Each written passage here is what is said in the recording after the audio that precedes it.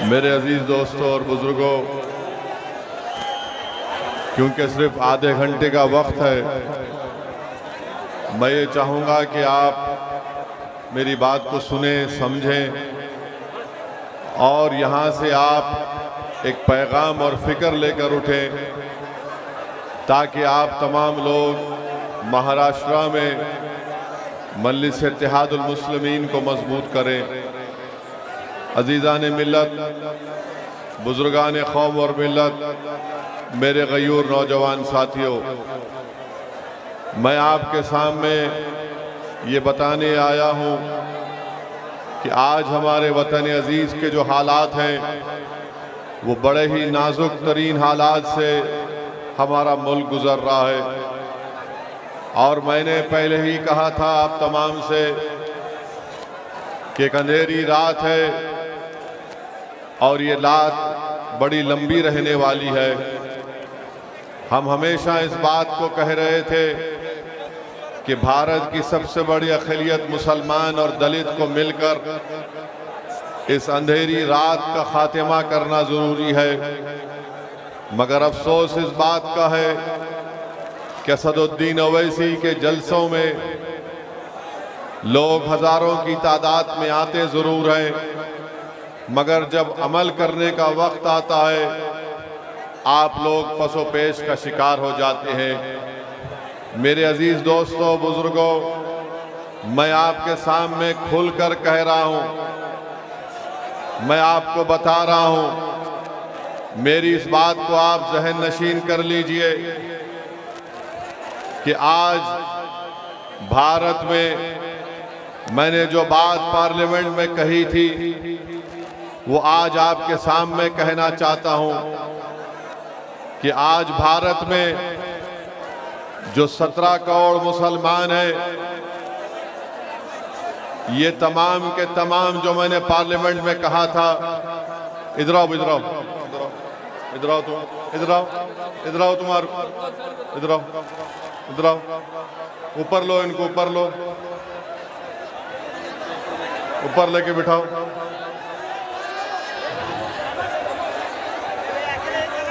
चलो चलो घर जाओ, तुम घर जाओ, घर जाओ, पानी पिलाओ उनको।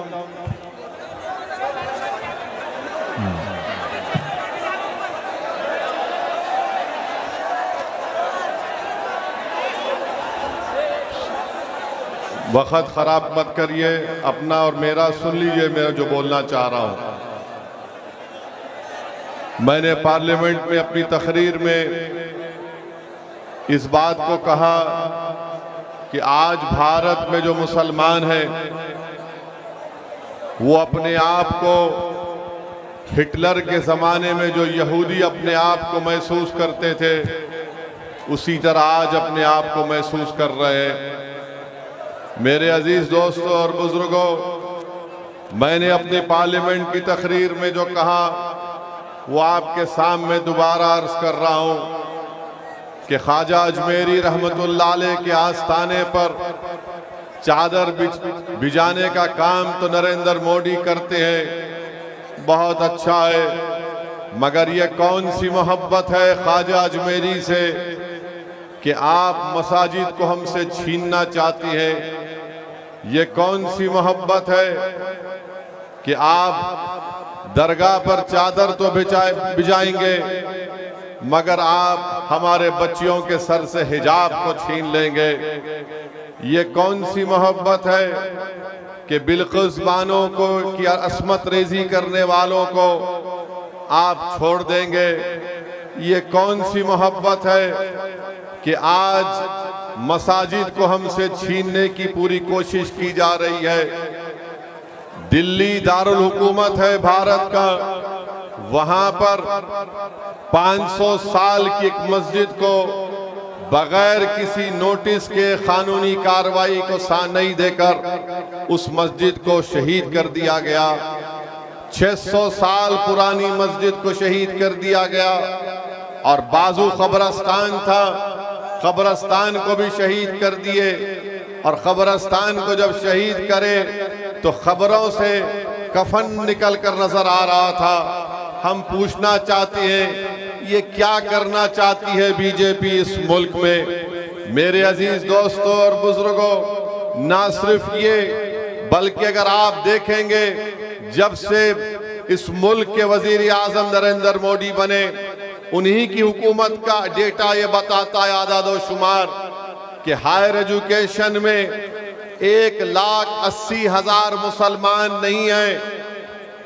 आला तालीम हायर एजुकेशन से मुसलमान 1,80,000 अपने आप को निकाल चुका है। आखिर इसकी वजह क्या है?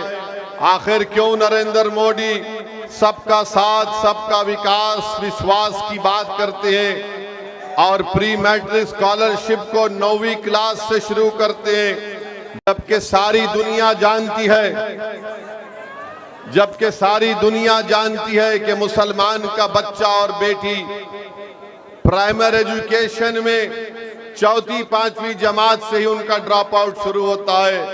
तो भारत के वजीर आजम 9th क्लास से प्री मैट्रिक स्कॉलरशिप को देते हैं। मौलाना आजाद फाउंडेशन को खत्म करके रख दिया, मदरसा मॉडर्नाइजेशन को खत्म करके रख दिया। मेरे अजीज दोस्तों और बुजुर्गों, आज हम देखते हैं कि हमको का ज्ञानवापी मस्जिद में क्या हो रहा है, और फिर बड़ी बेबाकी के साथ वजीर आजम और उनकी पार्टी कहती है कि 22 जनवरी इस मुल्क का तारीखी दिन था। मैं पार्लियामेंट में खड़े होकर कहा कि अगर 22 जनवरी तारीखी दिन था तो उस तारीखी दिन की बुनियाद 6 दिसंबर 92 को रखी गई। 22 जनवरी अगर तारीखी दिन था तो उसकी बुनियाद 1986 में ताले खोल कर रखी गई। 22 जनवरी अगर तारीखी दिन था तो जीबी पंत ने मस्जिद के अंदर जो मूर्तियां रखी गई उसको नहीं निकालकर 22 जनवरी को मुमकिन बनाया।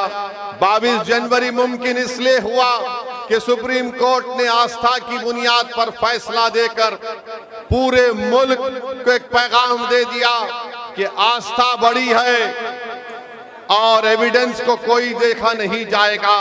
मेरे अजीज दोस्तों और बुजुर्गों, मैं आपसे अपील कर रहा हूं, गुजारिश कर रहा हूं कि खुदा के लिए अपनी अपनी मस्जिदों को आबाद रखो। जब मैंने ये बात कही तो मुखालिफीन मजलिस ने मुझ पर इल्जाम लगाया और कहा कि असदुद्दीन अवैसी खौफ पैदा करना चाहता है। मैं खौफ नहीं पैदा कर रहा हूं, मैं बहैसियत एक मुसलमान मेरा दीनी फरीजा पूरा कर रहा हूं। बहैसियत एक भारत के शहरी के आपसे अपील कर रहा हूं कि भारत के संविधान में फ्रीडम ऑफ रिलीजन एक फंडामेंटल राइट है, डिग्निटी एक फंडामेंटल राइट है, और बीजेपी आरएसएस ये चाहती है कि हमसे हमारी डिग्निटी को छीन लिया जाए। मेरे अजीज दोस्तों और बुजुर्गों, आखिर कब आप लोग बेदार होंगे? क्या आप क़यामत आएगी तो जब बेदार होंगे और अपने वोट का सही इस्तेमाल करेंगे? याद रखो भारत के मुसलमानों, मेरी इस बात को ज़हन नशीन कर लो कि बीजेपी को रोकने की जिम्मेदारी सिर्फ 17 करोड़ मुसलमानों की नहीं है। बीजेपी को रोकने की जिम्मेदारी हर समुदाय के जिम्मेदारों की है, मगर हम ये समझते हैं कि सिर्फ हमारी जिम्मेदारी है। अरे बताओ, आखिर कब तक आप इन्हीं सियासी हरकतों पर अमल करते रहेंगे? बताइए, भारत की पार्लियामेंट में कितने मुसलमान एमपी हैं? 17 करोड़ तुम्हारी आबादी है, 14% है। आप 5% आपके एमपी नहीं है, 5% भी आपके एमपी नहीं है। और आपसे कहा जाता है आकर कि जब अकोला में इलेक्शन होगा तो तुम सेक्युलरिज्म को जिंदा रखना। खबरदार, मैं उन दल्लालों से कह रहा हूं जो मुसलमानों की सफों में, मैं उन चौधरियों से कह रहा हूं जो दिल्ली में बैठकर हमारे इत्तेहाद का सौदा करते हैं। अरे तुमको क्या अल्लाह का खौफ नहीं है तुम कब तक मुसलमानों का ठेका लेकर नुकसान पहुंचाओगे? अरे बताओ तुम इन लोगों को कि आज मोदी अगर जीतता है तो मुसलमानों की वजह से नहीं, मोदी अगर जीतता है तो उसने अपने आप को एक बड़ा लीडर बना दिया, हिंदू हृदय सम्राट कहकर वो तमाम मेजॉरिटी कम्युनिटी को एक करने की कोशिश कर रहा है। अरे नरेंद्र मोदी ने भारत में, भारत की सियासत में मुसलमानों को मार्जिनलाइज करके रख दिया। आज भारत की सियासत में नक्शे में तुम कहीं पर नहीं हो। तुम अकोला की सरजमीन पे हजारों की तादाद में इस गुनाहगार और दीवाने की बात सुनने आए हो, मगर मेरे भाई बताओ तुम्हारा भारत की सियासत में कहां है तुम्हारा निशान? बताओ। तुम अगर ये समझते हो कि असदुद्दीन ओवैसी और इम्तियाज जलील है, नहीं, भारत की पार्लियामेंट में, महाराष्ट्र की विधानसभा में एक असदुद्दीन और इम्तियाज जलील नहीं, बल्कि ऐसे 50-60 इम्तियाज जलील महाराष्ट्र और पार्लियामेंट में होना चाहिए। क्यों नहीं हो रहा है? क्योंकि तुम मुत्तहिद नहीं हो। तुम यहां जलसे में आ गए हो, तुम नारे लगा रहे हो, मगर जब वोट डालने की बात आती तो तुम्हारे दिमाग में एक चीज डाल दी गई है, सेकुलरिज्म, सेकुलरिज्म। अरे जो संविधान में सेकुलरिज्म लिखा गया मैं उसको मानता हूं, तुम सियासी सेकुलरिज्म को मत मानो खुदा के लिए। क्या मिला तुमको? तुमने मस्जिद को खो दी सेकुलरिज्म के नाम पर, तुमने मेहरौली की मस्जिद को खो दी सेकुलरिज्म के नाम पर। तुम्हारी हमारी शरीयत में मदाखलत की बात हो रही है। मेरे भाई बेदार हो जाओ, सिर्फ वोट डालने वाले मत बनो। तुम कोई बकरे नहीं है कि जो हर एक के पीछे चलोगे। तुमको शेर बनना है, तुमको कौम की क़ियादत करना है, तुमको मुल्क को लेकर आगे बढ़ना है। ये मजलिस इत्तेहादुल मुस्लिमीन का पैगाम है। हम कोई भेड़ बकरियां नहीं है कि कोई लकड़ी लेके आएगा, चल हमारे पीछे चल। अरे बहुत चले, किसी कौम के लिए 20 साल, 30 साल, 40 साल बहुत हो गया। तुम कब तक भेड़ बकरियों की तरह चलोगे? क्या तुम में एतमाद नहीं है? क्या तुम में कॉन्फिडेंस नहीं है? क्या तुम मुल्क की क़ियादत नहीं कर सकते? क्या तुम लीडर नहीं बन सकते? क्या तुम असदुद्दीन ओवैसी से बेहतर कायद नहीं बन सकते? तुम बन सकते, सिर्फ शर्त यह है कि तुम अपने आप में एतमाद पैदा करो। थाली मारने के लिए नहीं कह रहा हूं, थाली मारने के लिए नहीं कह रहा हूं। मैं चाहूंगा कि मेरी आंख बंद होने से पहले तुम लीडर बनो, तुम मुसलमानों के कायद बनो, तुम इस गरीब कौम के इंसाफ के लिए लड़ो।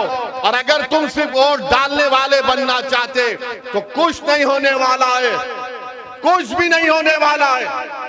एक मस्जिद चले गई, खुदा ना खास्ता कई मसाजिद चले जाएंगे। कल शरीयत में मदाखलत हो जाएगी। बच्चे थोड़े जेल में हैं, कल पूरे जेल में चले जाएंगे। बताओ मेरे भाई, अब आप क्या करने वाले हैं? आप क्या वोट डालेंगे या वोट लेंगे? बताओ मुझे, आप वोट लेंगे या वोट डालते रहेंगे? बताओ आप कितने लोग वोट लेना चाहते हैं? हाथ उठाओ। देखो, अल्लाह को गवाह रखकर हाथ उठाना। दोबारा पूछ रहा हूं, वोट लेने वाले बनोगे? ये डाइस पे बैठने वाले हाथ उठा रहे नहीं उठा रहे? ये नियत कर लो, आप नियत कर लो, इंशाअल्लाह बोलो कि अल्लाह हम वोट लेंगे इंशाअल्लाह ताला। क्या महाराष्ट्र से आप इंशाअल्लाह ताला महाराष्ट्र के आने वाले लोकसभा इलेक्शन में आप 3-4 मुस्लिम एमपी को कामयाब करेंगे? जोर से बोलो इंशाअल्लाह, जोर से बोलो। महाराष्ट्र से 4 मुस्लिम एमपी कामयाब करेंगे? मेरे भाई, किसके कामयाब करेंगे? किसके कामयाब करेंगे? किसके कामयाब करेंगे? आवाज नहीं आ रही, जोर से बोलो ताकि शिंदे को मालूम हो जाए, फडणवीस को मालूम हो जाए, शरद पवार को मालूम हो जाए, अमित शाह को मालूम हो जाए और मोदी को मालूम हो जाए कि महाराष्ट्र से मंजलिस के 4 मुस्लिम एमपी कामयाब होंगे इंशाअल्लाह। ये चीज पैदा करो। ये सेलफोन लाइटा लगाना नहीं है, अभी दिमाग में बत्ती जलाओ, दिमाग को खोलो, सीने को चौड़ा करो, डर डर कर घुट घुट कर जिंदगी मत गुजारो, शेरों की तरह जिंदगी गुजारो। ये जिंदगी चंद दिनों की है, गुलामी करने के लिए नहीं है। क्या तुम नहीं देख रहे मेरे भाई कि अशोक राव जो मुझे गाली देते थे, उनके चमचे जो मुझे गाली देते थे, आज मोदी के पैरों के पास बैठकर गपागप चाय पी रहे हैं। कल तक बी टीम बोलने वाले आज खुद मोदी के पास जाकर राज्यसभा की मेंबरशिप अशोक राव ले रहे हैं। मैं पूछना चाहता हूं जो मुझ पर इल्जाम लगाते थे बी टीम का, अरे असली टीम तो तुम हो आरएसएस की, क्योंकि मैं सच्चाई को बयान कर रहा था तो तुमने मुझ पर इल्जाम लगाया। अब एक और मध्य प्रदेश का एक्स चीफ मिनिस्टर कमलनाथ, जिसको कहा गया कि इंदिरा गांधी का तीसरा बेटा, ये मैं नहीं कह रहा, उनका लीडर बोला, वो भी मुझे गाली देता था। अब सुना है कि वो भी जाने वाले हैं बीजेपी में। आप बताओ फिर कौन बी टीम है, कौन बी टीम है मेरे भाई? अजीत पवार के चमचे हम पर उंगलियां उठाते थे, असदुद्दीन ओवैसी आएगा तो फुला कर देगा। मैं बोलता था याद रखो अल्लाह इनके चेहरों को दिखाएगा। अब अजीत पवार किधर बैठे हैं? अजीत पवार उधर बैठ गए जाकर, और अजीत पवार बोल रहे कि मैं अपनी घरवाली को अपनी बहन के खिलाफ लड़ाऊंगा। अब आप बताओ ये क्या मामला हो रहा है महाराष्ट्र में? मेरे भाई, कांग्रेस के कई लोग बीजेपी में भाग रहे हैं। एक उनका बंबई का लीडर, है, बड़ा नमूना है। उसको खाली इफ्तार की दावत याद आती, उसके आगे पीछे कुछ भी नहीं। हैदराबाद को आया तो हैदराबाद में आकर बोलता था तेलंगाना के इलेक्शन में असदुद्दीन ओवैसी के हल्के में जलसा कराओ, मैं आऊंगा। मंजलिस के खिलाफ करो, मंजलिस को रोको। अरे बेशरम, 1.5 महीने में तू चला गया बीजेपी के साथ। कहां गया तुम्हारा वो ईमान और खीरत की बातें करने वाले? वो चले गए। अब वहां पर बैठकर हमको, यहां थे पुरानी पार्टी में असदुद्दीन ओवैसी, इम्तियाज जलील बी टीम। मेरे भाई याद रखो, हमेशा नुकसान हमको मुसलमानों से पहुंचा। टीपू सुल्तान को शहीद करने वाले, गद्दारी करने वाले कौन? मुसलमान। सिराजुद्दौला को धोखा देने वाले कौन? मुसलमान। करबला के मैदान में इमाम हुसैन को शहीद करने वाले कौन? मुसलमान। करबला के मैदान में आले रसूल पर पानी बंद करने वाले कौन? मुसलमान। इमाम हुसैन के साथ नमाज साथ पढ़ते और नमाज के बाद तलवार उठाते। मेरे भाई याद रखो, अपने सफों में जो मुनाफिकीन छुपे हुए उनको पहचानो। आपके और हमारे सफों में जो मोदी, अमित शाह और ये तमाम पार्टियों के लोग छुपे हुए इन आस्तीन के सांप को पहचानो। इनको तुम पहचान लो, कामयाबी तुम्हारे कदम को चूम लेगी। तुम पहचानो तुम्हारी सफों में कौन तुम्हारा दोस्त है, कौन तुम्हारा दुश्मन है। पार्लियामेंट में हमने एक मुस्लिम एमपी हैं, किसी और पार्टी के नाम नहीं लूंगा। पार्लियामेंट में बहस हो रही थी, मुझे फोन किए ओवैसी साहब आज आप पार्लियामेंट जा रहे? मैंने कहा जाऊंगा, आखिरी दिन है। बोले वो डिबेट हो रही उसके ऊपर, मैं आपकी तकरीर सुनूंगा। मैंने आप भी आओ, आकर बैठो। बोले नहीं हमारी पार्टी बोली नहीं जाना। और जब मैंने पार्लियामेंट में ये जितने कांग्रेस के राष्ट्रवादी के, ये जितने सेक्युलर लोग हैं, इनसे एक ही सवाल करना आइंदा जब आएंगे आपके पास, इनसे एक ही बात पूछो, क्या तुम अपनी जबान से बाबरी मस्जिद बोल सकते? नहीं बोल सकते? पूछो इन लोगों से, पूछो इन लोगों से। हम जब पार्लियामेंट में खड़े होकर बोले हमारा ईमान क्या है मुसलमानों का, एक जगह, जिस जगह मस्जिद बन गई, मस्जिद है, रहेगी, और जब क़यामत आएगी तो अल्लाह पहले दुनिया के मसाजिद को उठा लेगा, उसके बाद दुनिया का खात्मा होगा। कैसे खात्मा होगा? मसाजिद उठाई जाएंगी, आसमान को चादर की तरह अल्लाह पलट देगा, समंदरों से आग निकलेगी, 6 महीने का बच्चा, उसके सर के बाल सफेद हो जाएंगे। ये क़यामत के आसारात हैं। आपसे कह रहा हूं, हमने बाबरी मस्जिद जिंदाबाद का नारा लगाया, अमित शाह के सामने नारा लगाया, बाबरी मस्जिद जिंदा है और रहेगी इंशाअल्लाह ताला। ये नहीं बोल सकेंगे। अब ये बात क्या बोलेंगे सेकुलर पार्टी गठबंधन के लोग, महाविकास के, ये भड़काऊ भाषण देता है। अरे भड़काऊ भाषण नहीं दे रहा हूं। क्या तुम्हारे दिलों में जो जज्बात छुपे हुए मैं उसको बयान कर रहा हूं या नहीं कर रहा हूं? बताओ मुझे। क्या तुम्हारे दिलों में बाबरी मस्जिद है या नहीं है? बताओ मुझे। तुम्हारे दिलों में तकलीफ है नहीं है बाबरी मस्जिद की? बताओ मुझे। अगर है तो नारा लगाओ मेरे साथ, नारे तकबीर। अब कल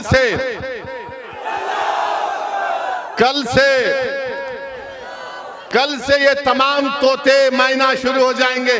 ओवैसी ऐसा नहीं बोलना था, ये क्या बोल रहा, ये क्या जरूरत थी, हो गया ना, ये सब खत्म करो, भूल जाओ, आगे बढ़ो। अरे तू अपने बाप को, अपनी अम्मा को नहीं भूल सकता तो मैं अपनी मस्जिद को भूलूंगा? भूल जाना है, खत्म कर। क्या कितना 30 साल हो गया? अरे 30 साल नहीं। यहूदी क्या करते? हिटलर ने 6 मिलियन 60 लाख यहूदियों को कत्ल किया। कब किया? 1930 में। हम 2024 में आ गए।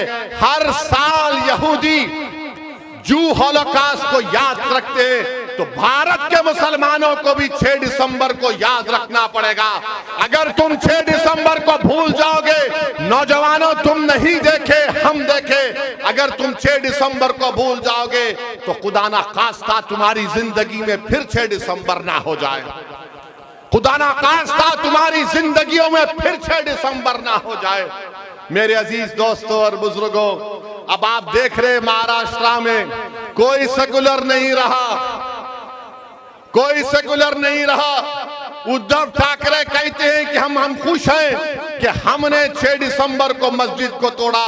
और उद्धव ठाकरे के साथ कौन है? शरद पवार साहिब, कांग्रेस के लीडर। और यही कांग्रेस आकर बोलेगी अरे भाई बचा लो। अरे आप हमको बोल रहे, अपने आप को तो बचा लो। पंजाब में सिद्धू जा रहा है, सुना, बीजेपी में, वो लाफ्टर शो का होस्ट, वो जा रहे हैं बीजेपी में। कांग्रेस में फिर क्या होगा ये कांग्रेस पार्टी वाले बताएंगे देश को। अब हमारे देश में क्या हो रहा है मेरे भाई? हमारे मुल्क में हर चीज जो मुसलमानों से ताल्लुक रखती है, नहीं नहीं नहीं, इसको नहीं रख सकते, इसको नहीं रख सकते। कोई बोल रहा है कि देश में रहना है तो ये बोलना पड़ेगा। हमको ले जाकर मुगलों से मिला देते। अरे भाई मैं क्या औरंगजेब का स्पोक्स पर्सन हूं? मैं क्या बाबर का स्पोक्स पर्सन हूं? मगर आपको बता रहा हूं एक चीज, या कितने लोग कुर्ता पहन कर आए? इम्तियाज जलील भी आए, आज नहीं पहने। कितने लोग कुर्ता पहन कर आए? मोदी भी कुर्ता पहनते ना, उद्धव ठाकरे भी कुर्ता पहनते ना, इम्तियाज भी बड़ा खूबसूरत दिखता कुर्ता पहन के। ये कुर्ता कहां से आया? ये कुर्ता कहां से आया? ये कुर्ता कहां से आया मालूम तुम्हारे को? अरे वो बाबर दिया जी कुर्ता। ये प्याज खाते आप लोग? प्याज कहां से आई? प्याज कहां से आई? औरंगजेब दिया जी। है हमारी बहनें लहंगा चोली पहनते ना, कहां से आया वो? नूरजहां से आया। अब आप बताइए, नहीं देश में रहना है तो ये करना पड़े। कुर्ता क्यों पहन रहे भाई? तुम कुर्ता मत पहनो। कुर्ता पहनेंगे और फिर हमको गाली देंगे। हमको मुगलों से कुछ लेना देना नहीं है। अच्छा, बार बार बोलते उन्होंने मस्जिद तो मंदिर तोड़े। अरे भाई, मंदिर कौन तोड़े आपको मालूम? मंदिर तोड़ने वालों का नाम आपको बताता हूं। एक जम्मू कश्मीर का बादशाह था, राजा हर्ष। क्या नाम था उसका? याद रखो, राजा हर्ष के पास एक फौज थी। उसका काम सिर्फ इतना था कि मंदिरों को तोड़ना। ये बोलते ना ये मुसलमान भारत के नहीं है, तो कनिष्क क्या भारत का था? कनिष्क का था? बताओ आरएसएस वालों। पार्लियामेंट में बीजेपी के एमपी उठ गए, बोले बाबर के बारे में बोलो। मैं बोला पुष्पमित्रा संघा के बारे में बोलो। पुष्पमित्रा संघा के बारे में बोलो। इसीलिए बोलता हूं, पढ़ो मुसलमानों, खूब पढ़ो, नेक बनो, काबिल बनो, वकील बनो, हिस्ट्री पढ़ो, संविधान पढ़ो, ताकतवर बनो। तुमको कौम की क़ियादत करना है। तुम लीडर बनोगे या गीडर बनोगे? बताओ मेरे को। तुम लीडर बनोगे या गीडर बनोगे? तो लीडर बनने के लिए पढ़ना पड़ेगा, तुमको ताकतवर बनना पड़ेगा, मस्जिदों को आबाद करना पड़ेगा। अगर तुम सिर्फ सिगरेट मार के, पान खा के, गुटखा खा के चुट्टा मारे तो लीडर नहीं बनते, तुम गीडर बनोगे। तुमको अगर कौम की क़ियादत करना है तो अपने दिलों में अल्लाह का खौफ पैदा करो। मेरे अजीज दोस्तों और बुजुर्गों, वक्त बहुत कम है। हम आपसे सिर्फ यही अपील करने आए हैं कि अब की बार पार्लियामेंट के इलेक्शन में आपकी जिम्मेदारी है कि आप हैदराबाद, किशनगंज, औरंगाबाद और तमाम जहां से मजलिस के उम्मीदवार हैं, आप वहां से मजलिस को वोट देंगे। याद रखो, दलित, मुसलमान, आदिवासियों के लिए जब तक आप अपनी लीडरशिप को नहीं बनाएंगे, आप कामयाब नहीं हो सकते। आज आपसे मैं कह रहा हूं, जहां तक मेरी बात जारी, इम्तियाज जलील को मेरे साथ लोकसभा भिजाएंगे नहीं भिजाएंगे? बताओ। मुझे अकेला मत भिजाओ मेरे भाई, मेरे साथ मेरे साथी को भिजाओ। औरंगाबाद की आवाम को लाखों सलाम। आज आप सुनो, अभी खत्म नहीं हुआ, अभी 4 मिनट है, कहीं को उठ रहे, बैठो ना। मैं इतनी दूर से आया तुम्हारे वास्ते। मराठा रिजर्वेशन यकीनन मराठाओं को दो, मगर मुसलमान क्या गुनाह करे? मुसलमानों में जो बैकवर्ड क्लास है दो। मैं हमारे मराठा भाइयों को मुबारकबाद देता हूं कि कल छत्रपति शिवाजी की जयंती है। मैं आरएसएस के लोगों को बोलना चाह रहा हूं, आखिर तुम ये झूठ कब तक बोलोगे कि छत्रपति शिवाजी मुसलमानों का दुश्मन था? छत्रपति शिवाजी के पास 13 मुसलमान जनरल थे, उनका लॉ मिनिस्टर मुसलमान था, तोप का मिनिस्टर मुसलमान था। शिवाजी एक सूफी के पास बराबर जाते थे, तो शिवाजी मुगलों के खिलाफ था, छत्रपति शिवाजी इस्लाम के खिलाफ नहीं था। छत्रपति शिवाजी इस्लाम के खिलाफ नहीं थे, वो तो गरीब और मजलूमों का एक बहुत बड़ा बादशाह था। मेरे अजीज दोस्तों और बुजुर्गों, ये आरएसएस की कोशिश है कि शिवाजी मुसलमानों के खिलाफ था। अरे 13 लोग आ आगरा से शिवाजी भागे, मुसलमान उनके साथ। अफजल खां को जब शिवाजी ने कत्ल किया, मुसलमान उनका बॉडीगार्ड था। बहरहाल मेरे अजीज दोस्तों और बुजुर्गों, आने वाले पार्लियामेंट इलेक्शन में मुत्तहदा तौर पर अपने वोट का इस्तेमाल करिए, मुल्क को बचाइए।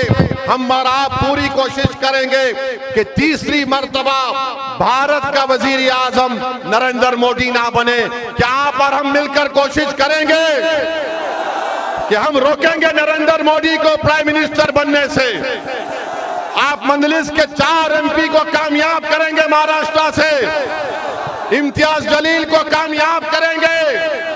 जोर से बोलो, इम्तियाज जलील जिंदाबाद, इम्तियाज जलील जिंदाबाद, मजलिस इत्तेहादुल मुस्लिमीन जिंदाबाद, हमारा इत्तेहाद जिंदाबाद, जोर से हमारा इत्तेहाद जिंदाबाद, हमारा इत्तेहाद जिंदाबाद। मुट्ठी बनाकर बोलो, नारे तकबीर, नारे तकबीर। बहुत बहुत शुक्रिया। अस्सलाम वालेकुम।